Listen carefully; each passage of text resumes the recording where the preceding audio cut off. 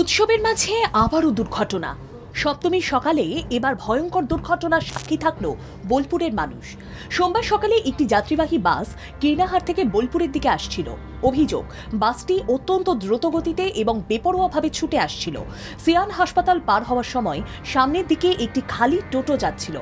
আচমকাই রাস্তায় থাকা একটি গর্তে চাকা আটকে যায় বাসটির। তাতেই চালক নিয়ন্ত্রণ হারিয়ে ফেলেন এবং মুহূর্তের মধ্যে উল্টে যায় বাস। ওই সময় টোটো চালক বিপদের আঁচ পেয়ে আগেই লাফ দিয়ে প্রাণে বাঁচেন, কিন্তু বাসটি সজোরে টোটোটিকে ধাক্কা মেরে দুমড়ে মুচড়ে যায়। এই ভয়াবহ দুর্ঘটনার জেরে বোলপুর নানুর রোডে সৃষ্টি হয় তীব্র যানজট। চারিদিকে আতঙ্ক ছড়িয়ে পড়ে। হাহাকার, রক্তাক্ত দেহ, আর্তনাদের রীতিমতো স্তব্ধ হয়ে পড়ে গোটা এলাকা।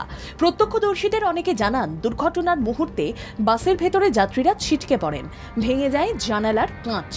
বোলপুরে বাস উল্টে মৃত্যু হয়েছে একটি শিশুর, আহত হয়েছে আরো 25 থেকে 30 জন।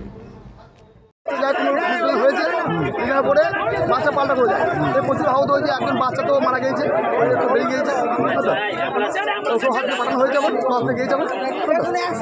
কতজন ক্ষয়ক্ষতি হয়েছে। আহতদের উদ্ধার করে হাসপাতালে ভর্তি করেছে পুলিশ। তাঁদের মধ্যে 12 জনের অবস্থা আশঙ্কাজনক বলেই খবর। প্রথমে তাদের দ্রুত বোলপুর মহকুমা হাসপাতালে নিয়ে যাওয়া হয়, পরে গুরুতর আহতদের অবস্থার অবনতি হওয়ায় বর্ধমান মেডিকেল কলেজে স্থানান্তরিত করা হয়। হাসপাতাল সূত্রে খবর, বহু যাত্রীর শরীরে গভীর চোট রয়েছে। এই ভয়াবহ দুর্ঘটনার জেরে বোলপুর নানুর রোডে সৃষ্টি হয় তীব্র যানজট।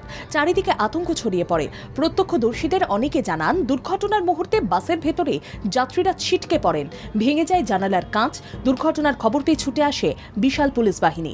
বোলপুরের এসডিপিও রিকি আগরওয়ালের নেতৃত্বে তৎপরতার সঙ্গে উদ্ধার কার্য শুরু হয়। আহতদের দ্রুত অ্যাম্বুলেন্সে হাসপাতালে নিয়ে যাওয়া হয়। ক্রেনের সাহায্যে উল্টে থাকা বাসটিকে রাস্তা থেকে সরানো হয়।